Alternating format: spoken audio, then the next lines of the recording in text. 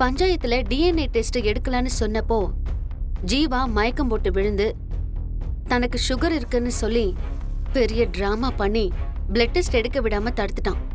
ஆமா, அண்ணன் கூட அந்த டெஸ்டுக்கு மறுப்பு சொல்லாம சம்மதிச்சாரே. அப்படின்னா என்ன அர்த்தம்?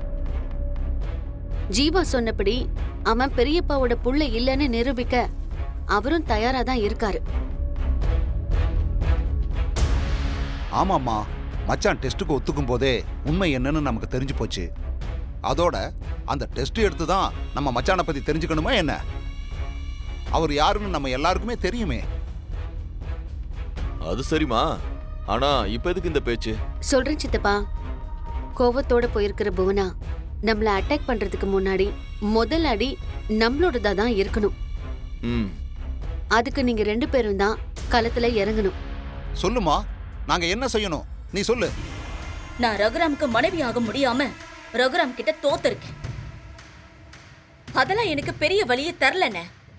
ஆனா அந்த ஜானகி கிட்ட நகரமன்ற தலைவி பதவி தோத்த அன்னைக்கு எனக்குள்ள ஏற்பட்ட வலிய என்னால மறக்கவே முடியாது. ஜானகி இருக்கிறதுனால தானே அவன் நகரமன்ற தலைவியா இருக்கா. அவ இல்லனா பை எலெக்ஷன் வரும்ல. இப்பதாமா நீ என் தங்கச்சி. இப்பவே அண்ணே வேண்டாம். நம்மளோட வலியும் வேதனையும் கூலிக்கு மாரடிக்கிற அடி ஆட்களுக்கு புரியாது. ஒரு உறவை வச்சு ஒரு உறவை அழிக்கணும். இன்னைக்கு நைட்டு நடக்க போற சம்பவத்துக்கு அப்புறம் புவனேஸ்வரிங்கிற பேரு வரலாறா மாறும். என்னம்மா பண்ண போற? நீ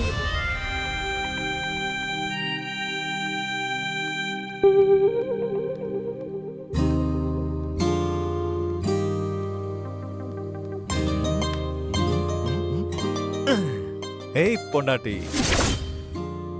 என்னடா? நான் என் பொண்டாட்டிகிட்ட ரொமான்ஸ் பண்றேன். ஏய், இது ரொமான்ஸ் பண்ற இடமா? அதுவும் ஹால்ல உட்கார்ந்துகிட்டு. ஹால்ல உட்கார்ந்து ரொமான்ஸ் தானே பண்ணாங்க. டேய் உன்ன. ஓஹோ, என் புருஷன் கூட நான் ரொமான்ஸ் பண்ண கூடாதா? அப்படி முறைச்சு பாக்குறீங்க? நான் ரொமான்ஸ் பண்ணுவேன்.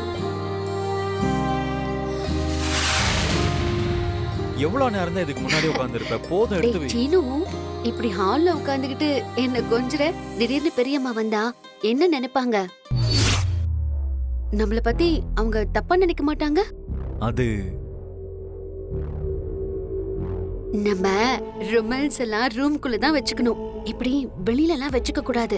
ஓ, அப்ப ரூம்குள்ள போய் பாத்துக்கலாம்னு சொல்றியா? வா வா வா, எந்திரி, வா வா வா. ஏய் வா. இரு சீனு, ஏன் இவ்ளோ அவசரப்படுற? என்ன? நான் லேப்டாப் எடுக்க வேண்டாமா? சரி, எடுத்து வா.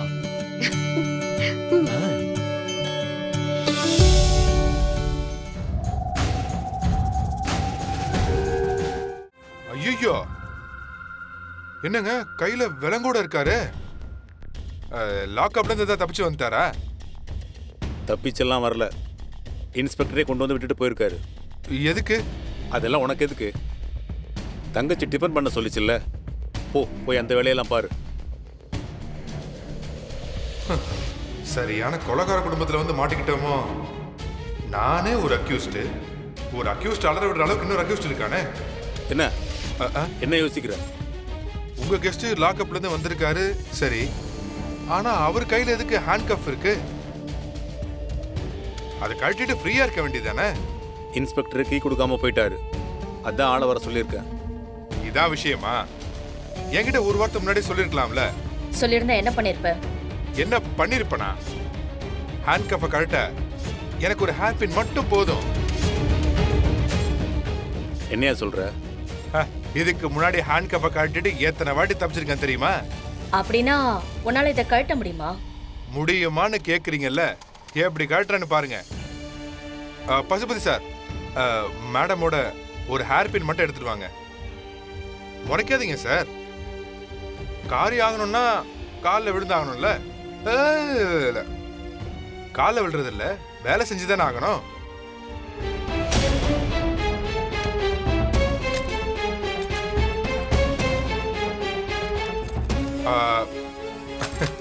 எப்படி போனாமா இவ்வளவு நாளா ஒரு திருட்டு பையில நம்ம கூட வச்சுட்டு இருந்திருக்கோம்.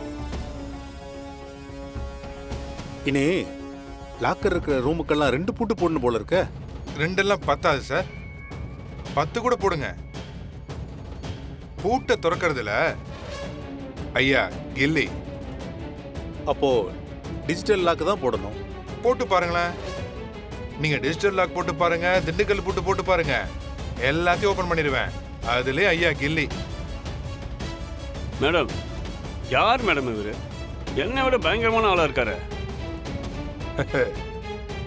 சரி, நீ வேலையை பாரு. இவ்வளவு பெரிய சாதனைலாம் பண்ணிருக்கேன். ஒரு தேங்க்ஸ், ஒரு அப்ரிசியேஷன் ஏதாவது. அப்ளிகேஷன் தானே கொடுத்துட்டா போகுது. வேணாம், இருக்கட்டும். நான் உள்ள போறேன், கிச்சனுக்கு போறேன். டிஃபன் தானே கேட்டீங்க? இட்லி, தோசை, வடை ஏதாவது வேணுமா? ஏய் சரி சரி, நீங்க பேசுங்க. போ. டீ காஃபி வேணாமா? சரி, ஓகே. இப்ப சொல்லுங்க மேடம், எதுக்காக என்ன கூட்டிட்டு வந்தீங்க? உன் தங்கச்சி பார்வதி மாயா கால்ல விழுந்து கெஞ்சியும் அவளை மதிக்காம மாயா உன்னை போலீஸ்ல புடிச்சு தந்துட்டா. அதுக்கு பழித்திக்க வேண்டாமா? மேடம், நான் இதை பத்தி தான் யோசிச்சுட்டு இருந்தேன். என்னை அரெஸ்ட் பண்ணி ஜீப்பில் அழைச்சிட்டு போகும்போதே தப்பிச்சு போய் அந்த மாயாவை காலி பண்ணிடலான்னு தான் நினச்சேன். சூழ்நிலை சரியா அமையல. என்னோட லக்கு, நீங்கள் என்ன கூட்டிகிட்டு வந்துட்டீங்க. எனக்கு 1 மணி நேரம் டைம் கொடுங்க. நான் போய் அந்த மாயா கதையை முடிச்சுட்டு வந்துடுறேன். நான் சொல்றத மட்டும் நீ கரெக்டா செய். நீ கள்ளச்சாராயம் காசுறியோ இல்ல வேற எந்த பிசினஸ் பண்றியோ அதுக்கு எவ்வளவு பணம் தேவைப்பட்டாலும் அத நான் தரேன். உன் தங்கச்சிக்கு ரகுராம் கிட்ட இருக்கிற சொத்தை சரியா பிரிச்சு தர வேண்டியதும் என்னோட பொறுப்பு.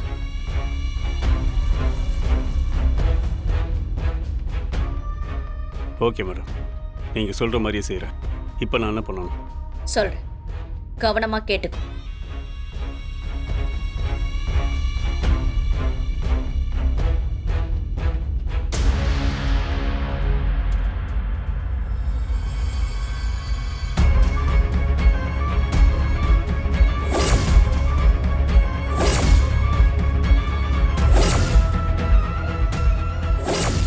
அங்க போனதும் இந்த ப்ளூடூத்தை நீ போட்டுக்கோ. நான் சொல்றபடி செய். இப்ப என் கூட வா.